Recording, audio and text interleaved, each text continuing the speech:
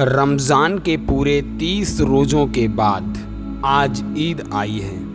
कितना मनोहर, कितना सुहावना प्रभात है। वृक्षों पर कुछ अजीब हरियाली है, खेतों में कुछ अजीब रौनक है, आसमान पर कुछ अजीब लालिमा है।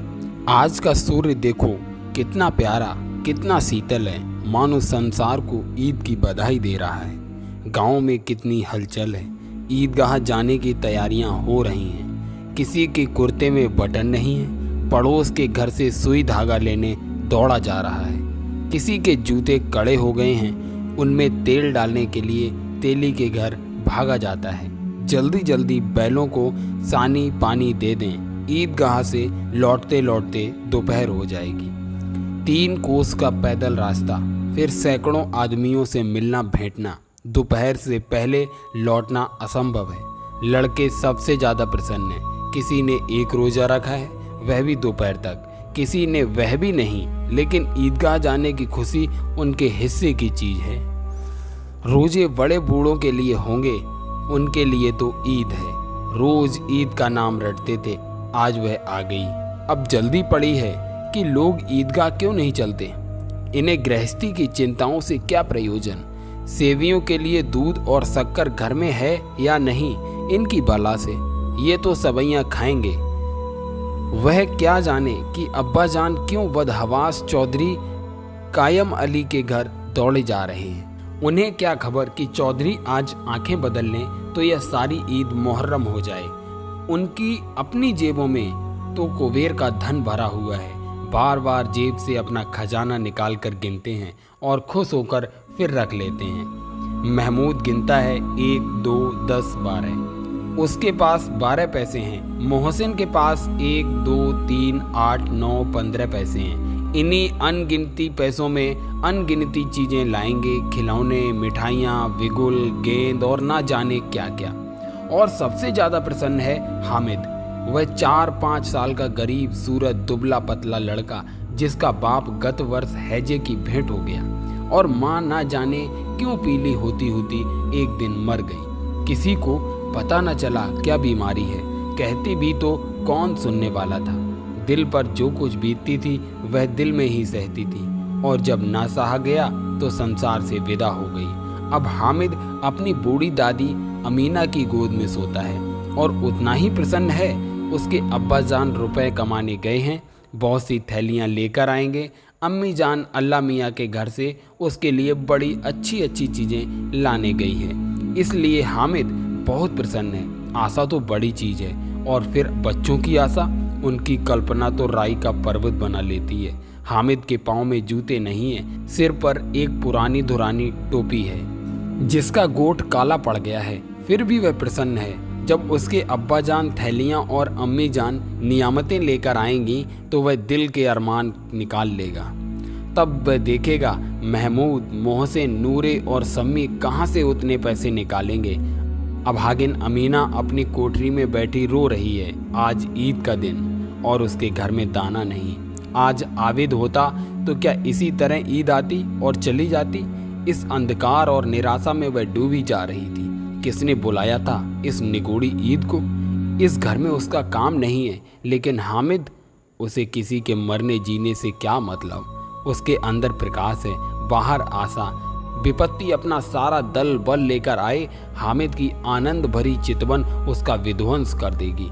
हामिद जाकर दादी से कहता है, तुम डरना नहीं अम्मा, मैं सबसे पहले आऊँगा, बिल्कुल ना डरना। अमीना का दिल कचूट रहा है। गांव के बच्चे अपने अपने बाप के साथ जा रहे हैं। हामिद के बाप अमीना के सिवा और कौन है, और उसे कैसे अकेले मेले जाने दें। उस भीड़ भाड़ में बच्चा कहीं खो जाए तो क्या हो। नहीं, अमीना उसे यूं न जाने देगी। नन्ही सी जान, 3 कोस चलेगा कैसे। पैर में छाले पड़ जाएंगे, जूते भी तो नहीं हैं। वह थोड़ी थोड़ी दूर पर उसे गोद ले लेगी, लेकिन यहाँ सेवैयाँ कौन पकाएगा। पैसे होते तो लौटते लौटते सब सामग्री जमा करके चटपट बना लेती। यहाँ तो घंटों चीज़ें जमा करने में लगेंगे। मांगे ही का तो भरोसा ठहरा। उस दिन फहीमन के कपड़े सिए थे, 8 आने पैसे मिले थे। उस अठन्नी को ईमान की तरह बचाती चली आई थी इसी दिन के लिए। लेकिन कल ग्वालन सिर पर सवार हो गई तो क्या करती। हामिद के लिए कुछ नहीं है तो 2 पैसे का दूध तो चाहिए ही। अब तो कुल 2 आने पैसे बच रहे हैं। 3 पैसे हामिद की जेब में, 5 अमीना के वटवे में हैं। यही तो बिसात है और ईद का त्योहार। अल्लाह ही बेड़ा पार लगावे। धोबन और नाइन और मेहतरानी चूड़ीहारिन सभी तो आएंगी। सभी को सेवैयाँ चाहिए और थोड़ा किसी को आंखें नहीं लगता। किस से मुंह चुराएंगी और मुंह क्या चुराए। साल भर का त्योहार है, जिंदगी खैरियत से रहे। उनकी तकदीर भी तो इसी के साथ है। बच्चे को खुदा सलामत रखे, ये दिन भी कट जाएंगे। गांव से मेला चला और बच्चों के साथ हामिद भी जा रहा था। कभी सबके सब दौड़कर आगे निकल जाते, फिर किसी पेड़ के नीचे खड़े होकर साथ वालों का इंतजार करते। ये लोग क्यों इतना धीरे धीरे चल रहे हैं। हामिद के पैरों में तो जैसे पर लग गए हैं। वह कभी थक सकता है। शहर का दामन आ गया। सड़क के दोनों ओर अमीरों के बगीचे हैं। पक्की 4 दीवारी है। पेड़ों में आम और लीचियां लगी हुई हैं। कभी कभी कोई लड़का कंकड़ी उठाकर आम पर निशाना लगाता है। माली अंदर से गाली देता हुआ निकलता है। लड़के वहां से एक फरलांग पर हैं, खूब हंस रहे हैं। माली को कैसे उल्लू बनाया है। बड़ी बड़ी इमारतें आने लगी हैं। अदालत है, कॉलेज है, यह क्लब घर है। इतने बड़े कॉलेज में कितने लड़के पढ़ते होंगे। सब लड़के नहीं हैं जी, बड़े बड़े आदमी हैं। सच, उनकी बड़ी बड़ी मूछें हैं। इतने बड़े हो गए अभी तक पढ़ने जाते हैं। ना जाने कब तक पढ़ेंगे और क्या करेंगे इतना पढ़कर। हामिद के मदरसे में 2-3 बड़े बड़े लड़के हैं, बिल्कुल 3 कौड़ी के। रोज मार खाते हैं, काम से जी चुराने वाले हैं। इस जगह भी उसी तरह के लोग होंगे और क्या। क्लब घर में जादू होता है। सुना है यहाँ मुर्दे की खोपड़ियाँ दौड़ती हैं और बड़े बड़े तमाशे होते हैं, पर किसी को अंदर नहीं जाने देते हैं। और यहाँ शाम को साहब लोग खेलते हैं, बड़े बड़े आदमी खेलते हैं। मूंछों दाढ़ी वाले और मेमे खेलती हैं। सच, हमारी अम्मा को तो वह दे दो, क्या नाम है, बैट, तो उसे पकड़ ही ना सकें, घुमाते ही ना लुढ़क जाएं। महमूद ने कहा, हमारी अम्मी जान का तो हाथ कांपने लगे, अल्लाह कसम। मोहसिन बोला, अम्मी मनो आटा पीस डालती है, जरा सा बैट पकड़ लेंगी तो क्या हाथ कांपने लगेंगे। सैकड़ों घड़े पानी रोज निकालती है, 5 घड़े तो मेरी भैंस पी जाती है। किसी मेम को 1 घड़ा पानी भरना पड़े तो आंखों तले अंधेरा आ जाए। महमूद, लेकिन दौड़ती तो नहीं, उछल कूद तो नहीं कर सकती। मोहसिन, हाँ उछल कूद नहीं सकती, लेकिन उस दिन मेरी गाय खुल गई थी और चौधरी के खेत में जा पड़ी थी तो अम्मा इतनी तेज दौड़ी कि मैं उन्हें ना पा सका। सच। आगे चल। हलवाइयों की दुकानें शुरू हुई, आज खूब सजी हुई थी। इतनी मिठाइयाँ कौन खाता है। देखो ना, एक एक दुकान पर मनो होंगी। सुना है रात को जिन्नात आकर खरीद ले जाते हैं। अब्बा कहते थे आधी रात को एक आदमी हर दुकान पर जाता है और जितना माल बचा होता है वह तुलवा लेता है और सचमुच के रुपए देता है। बिल्कुल ऐसे ही रुपए। हामिद को यकीन ना आया, ऐसे रुपए जिन्नात को कहाँ से मिल जाएंगे। मोहसिन ने कहा, जिन्नात को रुपए की क्या कमी, जिस खजाने में चाहें चले जाएं, लोहे के दरवाजे तक उन्हें नहीं रोक सकते जनाब। आप हैं किस फेर में। हीरे जवाहरात उनके पास रहते हैं, जिससे खुश हो गए उसे टोकरों जवाहरात दे दिए। अभी यहीं बैठे हैं, 5 मिनट में कहो कलकत्ता पहुंच जाएं। हामिद ने फिर पूछा, जिन्नात बहुत बड़े बड़े होते होंगे। मोहसिन, एक एक आसमान के बराबर होता है। जमीन पर खड़ा हो जाए तो उसका सिर आसमान से जा लगे, मगर चाहे तो एक लोटे में घुस जाए। हामिद, लोग उन्हें खुश करते होंगे। कोई मुझे वह मंत्र बता दे तो एक जिन को मैं भी खुश कर लूं।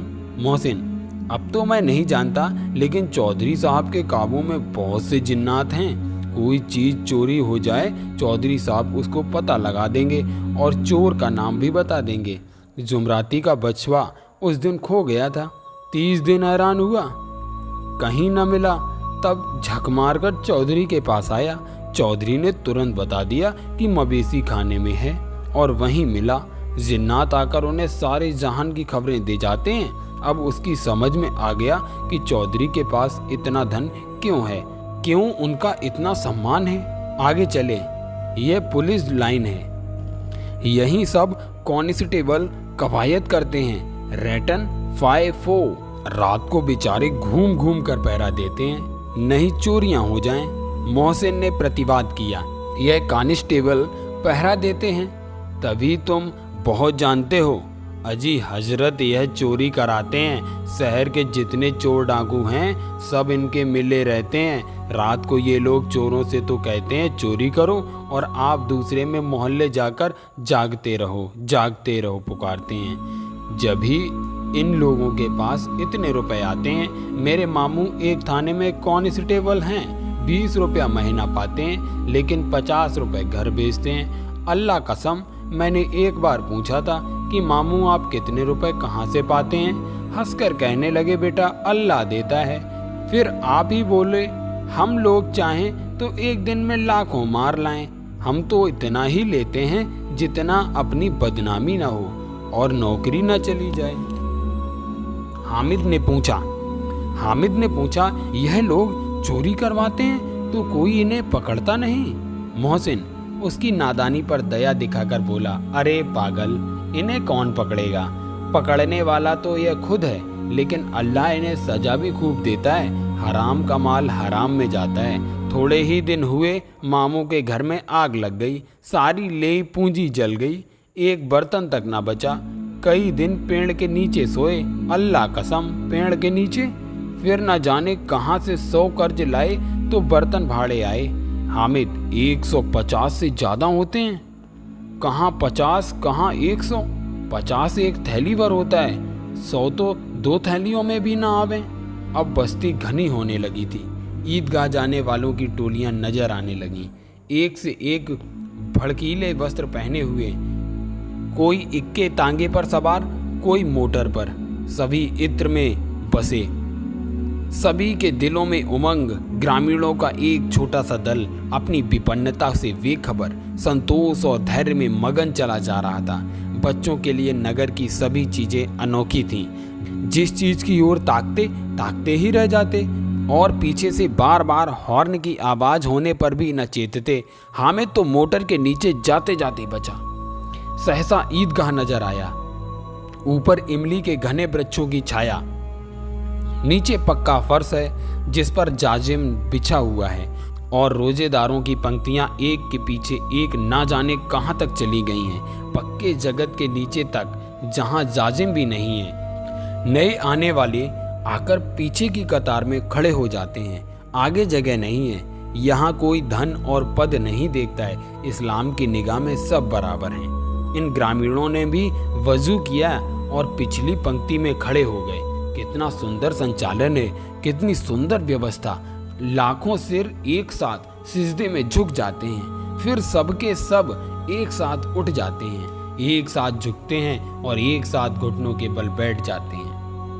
कई बार यही क्रिया होती है, जैसे बिजली की लाखों बत्तियां एक साथ प्रदीप्त हों और एक साथ बुझ जाएं, और यही क्रम चलता रहा। इतना अपूर्व दृश्य था जिसकी सामूहिक क्रियाएं विस्तार और अनंतता का हृदय कैसे श्रद्धा और गर्व और आत्मानंद से भर देती थी। मानो भ्रातृत्व का एक सूत्र इन समस्त आत्माओं को एक लड़ी में पिरोए हुए है। नमाज खत्म हो गई, लोग आपस में गले मिल रहे हैं। तब मिठाई और खिलौने की दुकानों पर धावा होता है। ग्रामीणों का दल इस विषय में बालकों से कम उत्साही नहीं है। यह देखो हिंडोला है, 1 पैसा देकर चढ़ जाओ। कभी आसमान पर जाते हुए मालूम होंगे, कभी जमीन पर गिरते हुए। यह चरखी है, लकड़ी के हाथी, घोड़े, ऊंट छड़ों से लटके हुए हैं। 1 पैसा देकर बैठ जाओ और 25 चक्करों का मजा लो। महमूद और मोहसिन और नूरे सम्मी इन घोड़ों और ऊँटों पर बैठते हैं। हामिद दूर खड़ा है, 3 ही पैसे तो पास हैं। अपने कोस का तिहाई जरा सा चक्कर खाने के लिए तो नहीं दे सकता है। सब चरखियों से उतरते हैं, अब खिलौने लेंगे। इधर दुकानों की कतार लगी है, तरह तरह के खिलौने हैं। सिपाही और गुजरिया, राजा और वकील, भिस्ती और धोबिन और साधु, वाह कितने सुंदर खिलौने हैं। अब बोला ही चाहते हैं। महमूद सिपाही लेता है, खाकी वर्दी और लाल पगड़ी वाला, कंधे पर बंदूक रखे हुए। मालूम होता है अभी कवायद किए चला आ रहा है। मोहसिन को भिस्ती पसंद आया। कमर झुकी है, ऊपर मशक रखे हुए है, मशक का मुंह एक हाथ में पकड़े हुए है। कितना प्रसन्न है, शायद कोई गीत गा रहा है। बस मशक से पानी उड़ेला ही चाहता है। नूरे को वकील से प्रेम है। कैसी विद्युता है उसके मुख पर। काला चोंगा, नीचे सफ़ेद अचकन, अचकन के सामने की जेब में घड़ी सुनहरी जंजीर, एक हाथ में कानून का पोथा लिए हुए। मालूम होता है अभी किसी अदालत से जिरह या बहस किए सीधा चला आ रहा है। यह सब 2-2 पैसे के खिलौने हैं। हामिद के पास कुल 3 पैसे हैं। इतने महंगे खिलौने वह कैसे ले। खिलौना हाथ से छूट पड़े तो चूर चूर हो जाए, ज़रा पानी पड़े तो सारा रंग धुल जाए। ऐसे खिलौने लेकर वह क्या करेगा, किस काम के। मोहसिन कहता है मेरा भिस्ती रोज पानी दे जाएगा सांझ सवेरे। महमूद और मेरा सिपाही घर का पहरा देगा। कोई चोर आवेगा तो फौरन बंदूक से फायर कर देगा। नूरे मेरा वकील खूब मुकदमा लड़ेगा। सम्मी और मेरी धोबिन रोज कपड़े धोएगी। हामिद खिलौने की निंदा करता है। मिट्टी ही के तो हैं, गिरे तो चकनाचूर हो जाएं। लेकिन ललचाई हुई आंखों से खिलौनों को देख रहा है और चाहता है कि जरा देर के लिए उन्हें हाथ में ले सकता। उसके हाथ अनायास ही लपकते हैं, लेकिन लड़के इतने त्यागी नहीं होते, विशेषकर जब अभी नया शौक है। हामिद ललचाता रह जाता है। खिलौने के बाद मिठाइयाँ आती हैं। किसी ने रेवड़ियाँ ली, किसी ने गुलाब जामुन, किसी ने सोहन हलवा। मज़े से खा रहे हैं। हामिद उनकी बिरादरी से पृथक है। हामिद के पास 3 पैसे हैं, क्यों नहीं लेकर खाता। ललचाई आंखों से सबकी ओर देखता है। मोहसिन कहता है हामिद रेवड़ी ले जा, कितनी खुशबूदार है। हामिद को संदेह हुआ, यह केवल क्रूर विनोद है। मोहसिन इतना उदार नहीं है, लेकिन यह जानकर भी वह उसके पास जाता है। मोहसिन दोने से एक रेवड़ी निकालकर हामिद की ओर बढ़ाता है। हामिद हाथ फैलाता है। मोहसिन दोने से एक रेवड़ी निकालकर हामिद की ओर बढ़ाता है। हामिद हाथ फैलाता है। मोहसिन रेवड़ी अपने मुंह में रख लेता है। महमूद, नूरे और सम्मी खूब तालियां बजा बजा कर हंसते हैं। हामिद खिसिया जाता है। मोहसिन अच्छा अब की जरूर देंगे। हामिद अल्लाह कसम ले जा। हामिद रखे रहो, क्या मेरे पास पैसे नहीं हैं। सम्मी 3 ही तो पैसे हैं, 3 पैसे में क्या क्या लोगे। महमूद हमसे गुलाब जामुन ले जाओ। हामिद मोहसिन बदमाश है। हामिद मिठाई कौन बड़ी नेमत है, किताब में इसकी कितनी बुराइयां लिखी हैं। मोहसिन लेकिन दिल में कह रहे होंगे कि मिले तो खा लें, अपने पैसे क्यों नहीं निकालते। महमूद हम समझते हैं इसकी चालाकी, जब हमारे सारे पैसे खर्च हो जाएंगे तो हमें ललचा ललचा कर खाएगा। मिठाइयों के बाद कुछ दुकानें लोहे की चीज़ों की हैं। महमूद हम समझते हैं इसकी चालाकी, जब हमारे सारे पैसे खर्च हो जाएंगे तो हमें ललचा ललचा कर खाएगा। मिठाइयों के बाद कुछ दुकानें लोहे की चीज़ों की हैं, कुछ गिलट और कुछ नकली गहनों की। लड़कों के लिए यहाँ कोई आकर्षण न था, वह सब आगे बढ़ जाते हैं। हामिद लोहे की दुकान पर रुक जाता है। कई चिमटे रखे हुए थे। उसे ख्याल आया दादी के पास चिमटा नहीं है। तवे से रोटियां उतारती हैं तो हाथ जल जाता है। अगर वह चिमटा ले जाकर दादी को दे दे तो वह कितनी प्रसन्न होंगी। फिर उनकी उंगलियां कभी ना जलेंगी। घर में एक काम की चीज हो जाएगी। खिलौने से क्या फायदा, व्यर्थ के पैसे खराब होते हैं। जरा देर ही की तो खुशी होती है। फिर तो खिलौनों को कोई आंख उठाकर नहीं देखता है। या तो घर पहुंचते पहुंचते टूट फूट बराबर हो जाएंगे, या छोटे बच्चे जो मेले में नहीं आए हैं जिद करके ले लेंगे और तोड़ डालेंगे। चिमटा कितने काम की चीज है। रोटियां तवे से उतार लो, चूल्हे में सेंक लो। कोई आग मांगने आवे तो चटपट चूल्हे से निकाल कर उसे दे दो। अम्मा बेचारी को कहाँ फुर्सत है कि बाजार आए, और इतने पैसे ही कहाँ मिलते हैं। रोज हाथ जला लेती है। हामिद के साथ ही आगे बढ़ गए हैं। सबील पर सबके सब शरबत पी रहे हैं। देखो सब कितने लालची हैं। इतनी मिठाइयाँ ली, मुझे किसी ने एक भी न दी। उस पर कहते हैं मेरे साथ खेलो, मेरा यह काम करो। अब अगर किसी ने कोई काम करने को कहा तो पूछूंगा, खाएं मिठाइयाँ? आप मुंह सड़ेगा, फोड़े फुंसियाँ निकलेंगी, आप ही जवान चटोरी हो जाएगी। तब घर के पैसे चुराएंगे और मार खाएंगे। किताब में झूठी बातें थोड़े ही लिखी हैं, मेरी जवान क्यों खराब होगी। अम्मा चिमटा देखते ही दौड़कर मेरे हाथ से ले लेंगी और कहेंगी मेरा बच्चा अम्मा के लिए चिमटा लाया। हजारों दुआएं देंगी, फिर पड़ोस की औरतों को दिखाएंगी, सारे गांव में चर्चा होने लगेगी, हामिद चिमटा लाया है, कितना अच्छा लड़का है। इन लोगों के खिलौनों पर कौन उन्हें दुआएं देगा। बड़ों की दुआएं सीधे अल्लाह के दरबार में पहुंचती हैं और तुरंत सुनी जाती हैं। मेरे पास पैसे नहीं हैं, तभी तो मोहसिन और महमूद यूं मिजाज दिखाते हैं। मैं भी इनसे मिजाज दिखाऊंगा। खेलें खिलौने और खाएं मिठाइयाँ। मैं नहीं खेलता खिलौने, किसी का मिजाज क्यों सहूं। मैं गरीब से ही किसी से कुछ मांगने तो नहीं जाता। आखिर अब्बा जान कभी ना कभी तो आएंगे, अम्मा भी आएंगी ही। फिर इन लोगों से पूछूंगा कितने खिलौने लोगे, एक एक को टोकरियों खिलौने दूंगा और दिखा दूं कि दोस्तों के साथ इस तरह का सलूक किया जाता है। यह नहीं है कि एक पैसे की रेवड़ियाँ ली तो चिड़ा चिड़ा कर खाने लगे। सबके सब खूब हंसेंगे कि हामिद ने चिमटा लिया है। हंसें मेरी बला से। उसने दुकानदार से पूछा यह चिमटा कितने का है। दुकानदार ने उसकी ओर देखा और कोई आदमी साथ ना देखकर कहा यह तुम्हारे काम की चीज नहीं है जी। बिकाऊ क्यों नहीं है और यहाँ क्यों लाद लाए हो। बिकाऊ है क्यों नहीं तो बताते क्यों नहीं, कै पैसे का है। 6 पैसे लगेंगे। हामिद का दिल बैठ गया। ठीक ठीक 5 पैसे लगेंगे, लेना हो लो, नहीं चलते बनो। हामिद ने कलेजा मजबूत करके कहा 3 पैसे लोगे। यह कहता हुआ वह आगे बढ़ गया कि दुकानदार की घुड़कियां न सुने, लेकिन दुकानदार ने घुड़कियां नहीं दी, बुलाकर चिमटा दे दिया। हामिद ने उसे इस तरह कंधे पर रखा मानो बंदूक है और शान से अकड़ता हुआ संगियों के पास आया। जरा सुने सबके सब क्या आलोचनाएं करते हैं। मोहसिन ने हंसकर कहा यह चिमटा क्यों लाया है पगले, इसे क्या करेगा। हामिद ने चिमटे को जमीन पर पटक कर कहा जरा अपनी भिश्ती जमीन पर गिरा दो, सारी पसलियां चूर चूर हो जाएं बच्चा की। महमूद बोला तो यह चिमटा कोई खिलौना है। हामिद खिलौना क्यों नहीं, अभी कंधे पर रखा बंदूक हो गई, हाथ में लिया फकीरों का चिमटा हो गया। चाहूं तो इससे मजीरे का काम ले सकता हूँ। एक चिमटा जमा दूं तो तुम लोगों के सारे खिलौने की जान निकल जाए।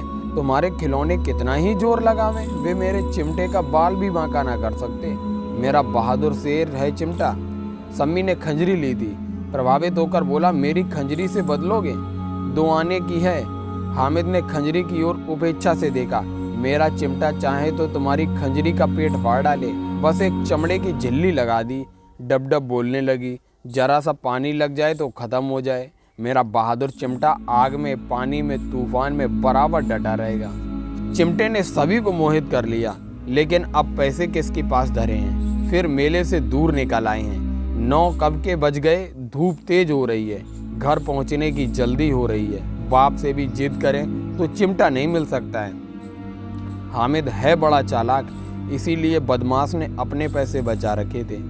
अब बालकों के 2 दल हो गए हैं। मोहसिन, महमूद, सम्मी और नूर एक तरफ हैं, हामिद अकेला दूसरी तरफ। शास्त्रार्थ हो रहा है। सम्मी तो विधर्मी हो गया, दूसरे पक्ष से जा मिला, लेकिन मोहसिन, महमूद और नूरे भी हामिद से 1-1, 2-2 साल बड़े होने पर भी हामिद के आघातों से आतंकित हो उठे हैं। उसके पास न्याय का बल है और नीति की शक्ति है। एक ओर मिट्टी है, दूसरी ओर लोहा। जो इस वक्त अपने को फौलाद कह रहा है वह अजेय है, घातक है। अगर कोई शेर आ जाए तो मियाँ भिश्ती के छक्के छूट जाएं। मियाँ सिपाही मिट्टी की बंदूक छोड़कर भागें। वकील साहब की नानी मर जाए, चुगे में मुंह छिपाकर जमीन पर लेट जाएं। मगर यह चिमटा, यह बहादुर, यह रुस्तमे हिंद लपक कर शेर की गर्दन पर सवार हो जाएगा और उसकी आंखें निकाल लेगा। मोहसिन ने एड़ी चोटी का जोर लगाकर कहा अच्छा, पानी तो नहीं भर सकता।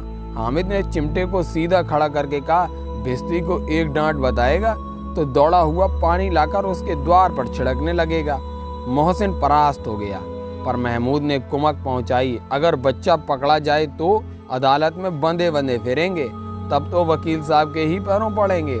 हामिद इस प्रबल तर्क का जवाब न दे सका। उसने पूछा हमें पकड़ने कौन आएगा। नूरे ने अकड़ कर कहा यह सिपाही बंदूक वाला। हामिद ने मुंह चढ़ाकर कहा यह बेचारे हम बहादुर रुस्तमे हिंद को पकड़ेंगे। अच्छा लाओ, अभी जरा कुश्ती हो जाए। इसकी सूरत देखकर दूर से भागेंगे, पकड़ेंगे क्या बेचारे। मोहसिन को एक नई चोट सूझ गई। तुम्हारे चिमटे का मुंह रोज आग में जलेगा। उसने समझा था हामिद लाजवाब हो जाएगा, लेकिन यह बात न हुई। हामिद ने तुरंत जवाब दिया, आग में बहादुरी कूदते हैं जनाब। तुम्हारे ये वकील, सिपाही और भिश्ती लौंडियों की तरह घर में घुस जाएंगे। आग में कूदना वह काम है जो रुस्तमे हिंद ही कर सकता है। महमूद ने एक जोर लगाया, वकील साहब कुर्सी मेज पर बैठेंगे, तुम्हारा चिमटा तो बावर्ची खाने में जमीन पर खड़ा रहेगा। इस तर्क ने सम्मी और नूरे को भी सजीव कर दिया। कितने ठिकाने की बात कही है पट्टे ने। चिमटा बावर्ची खाने में पड़े रहने के सिवा और क्या कर सकता है। हामिद को कोई फड़कता हुआ जवाब न सूझा तो उसने धांधली शुरू की, मेरा चिमटा बावर्ची खाने में नहीं रहेगा। वकील साहब कुर्सी पर बैठेंगे तो जाकर उन्हें जमीन पर पटक देगा और उनका कानून उनके पेट में डाल देगा। बात कुछ बनी नहीं, खासी गाली गलौज थी। कानून को पेट में डालने वाली बात छा गई, ऐसी छा गई कि तीनों सूरमा मुंह ताकते रह गए, मानो कोई धेलचा कनकौआ किसी गंडे वाले कनकौए को काट गया हो। कानून मुंह से बाहर निकलने वाली चीज है, उसको पेट के अंदर डाल दिया जाए।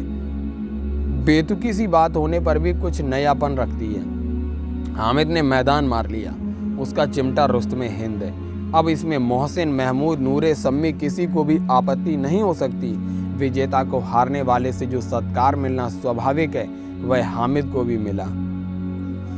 औरों ने 3-3, 4-4 अपने पैसे खर्च किए, पर कोई काम की चीज न ले सके। हामिद ने 3 पैसे में रंग जमा दिया। सची तो है, खिलौनों का क्या भरोसा, टूट फूट जाएंगे। हामिद का चिमटा बना रहेगा बरसों। संधि की शर्त तय होने लगी। मोहसिन ने कहा, जरा अपना चिमटा दो, हम भी देखें। तुम हमारा भिश्ती लेकर देखो। महमूद और नूरे ने भी अपने अपने खिलौने पेश किए। हामिद को इन शर्तों के मानने में कोई आपत्ति न थी। चिमटा बारी बारी से सबके हाथ में गया। उनके खिलौने बारी बारी से हामिद के हाथ में आए।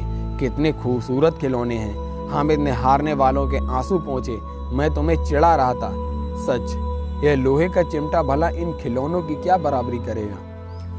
मालूम होता है अब बोले, लेकिन मोहसिन की पार्टी को इस दिलासे से संतोष नहीं होता था। चिमटे का सिक्का खूब बैठ गया है। चिपका हुआ टिकट अब पानी से नहीं छूट रहा है। मोहसिन, लेकिन इन खिलौनों के लिए कोई हमें दुआ तो ना देगा। महमूद, दुआ को लिए फिरते हो, उल्टे मार ना पड़े। अम्मा जरूर कहेंगी कि मेले में मिट्टी के खिलौने तुम्हें मिले। हामिद को स्वीकार करना पड़ा कि खिलौनों को देखकर किसी की माँ इतनी खुश ना होगी जितनी दादी चिमटे को देखकर होगी। 3 पैसों ही में तो उसे सब कुछ करना था और उन पैसों के इस उपयोग पर पछतावे की बिल्कुल जरूरत न थी। फिर अब तो चिमटा रुस्तमे हिंद है और सभी खिलौनों का बादशाह है। रास्ते में महमूद को भूख लगी। उसके बाप ने केले खाने को दिए। महमूद ने केवल हामिद को साझी बनाया। उसके अन्य मित्र मुंह ताकते रह गए। यह उस चिमटे का प्रसाद था। 11 बजे सारे गांव में हलचल मच गई। मेले वाले आ गए। मोहसिन की छोटी बहन ने दौड़कर भिश्ती उसके हाथ से छीन लिया और मारे खुशी के जो उछली तो मियाँ भिश्ती नीचे आ रहे और सुरलोक से धारे। इस पर भाई बहन में मारपीट हुई। दोनों खूब रोए। उनकी अम्मा यह शोर सुनकर बिगड़ी और दोनों को फिर से 2-2 चांटे और लगाए। मियाँ नूरे के वकील का अंत उसकी प्रतिष्ठा के अनुकूल इससे ज्यादा गौरवमय हुआ। वकील जमीन पर या ताक पर तो नहीं बैठ सकता, उसकी मर्यादा का विचार तो करना ही होगा। दीवार में 2 खूंटियां गाड़ी गईं। उन पर लकड़ी का एक पिटारा रखा गया। पटरे पर कागज का कालीन बिछाया गया। वकील साहब राजा भोज की भांति सिंहासन पर विराजे। नूरे ने उन्हें पंखा झलना शुरू किया। अदालतों में खस की टट्टियां और बिजली के पंखे रहते हैं, क्या यहाँ मामूली पंखा भी ना हो? कानून की गर्मी दिमाग पर चढ़ जाएगी कि नहीं? बांस का पंखा आया और नूरे हवा करने लगे। मालूम नहीं पंखे की हवा से या पंखे की चोट से वकील साहब स्वर्गलोक से मृत्युलोक में आ रहे और उनकी माटी का चोला माटी में मिल गया। फिर बड़े जोर शोर से मातम हुआ और वकील साहब की अस्थि घुरे पर डाल दी गई। अब रहा महमूद का सिपाही। उसे चटपट गांव का पहरा देने का चार्ज मिल गया। लेकिन पुलिस का सिपाही कोई साधारण व्यक्ति तो था नहीं जो अपने पैरों चले। वह पालकी पर चलेगा। एक टोकरी आई, उसमें कुछ लाल रंग के फटे पुराने चिथड़े बिछाए गए, जिसमें सिपाही साहब आराम से लेटे। नूरे ने यह टोकरी उठाई और अपने द्वार का चक्कर लगाने लगा। उनके दोनों छोटे भाई सिपाही की तरफ से छोने वाले जागते रहो पुकारते चलते हैं, मगर रात तो अंधेरी ही होनी चाहिए। महमूद को एक ठोकर लग जाती है, टोकरी उसके हाथ से छूट कर गिर पड़ती है और मियाँ सिपाही अपनी बंदूक के लिए जमीन पर आ जाते हैं और उनकी एक टांग में विकार आ जाता है। महमूद को आज ज्ञात हुआ कि वह अच्छा एक डॉक्टर है। उसको ऐसा मरहम मिल गया जिससे वह टूटी हुई टांग को आनन फानन में जोड़ सकते हैं। केवल कूलर का दूध चाहिए। कूलर का दूध आता है, टांग जोड़ दी जाती है, लेकिन सिपाही को ज्यों ही खड़ा किया जाता है टांग जवाब दे जाती है। शल्य क्रिया असफल हुई, तब उसकी दूसरी टांग भी तोड़ दी जाती है। अब कम से कम एक जगह आराम से बैठ तो सकता है, एक टांग से तो न चल सकता था न बैठ सकता था। अब वह सिपाही सन्यासी हो गया है, अपनी जगह पर बैठा बैठा पहरा देता है, कभी कभी देवता भी बन जाता है। उसके सिर का झालरदार साफा खुरच दिया गया है। अब उसका जितना रूपांतर चाहे कर सकते हो। कभी कभी उससे बाट का भी काम लिया जाता है। अब मियाँ हामिद का हाल सुनिए। अमीना उसकी आवाज़ सुनते ही दौड़ी और उसे गोद में उठाकर प्यार करने लगी। सहसा उसके हाथ में चिमटा देखकर वह चौंकी। यह चिमटा कहाँ था? मैंने मोल लिया है। कै पैसे में? 3 पैसे दिए। अमीना ने छाती पीट ली। यह कैसा बेसमझ लड़का है कि 2 पहर हुआ, कुछ खाया न पिया, लाया क्या यह चिमटा?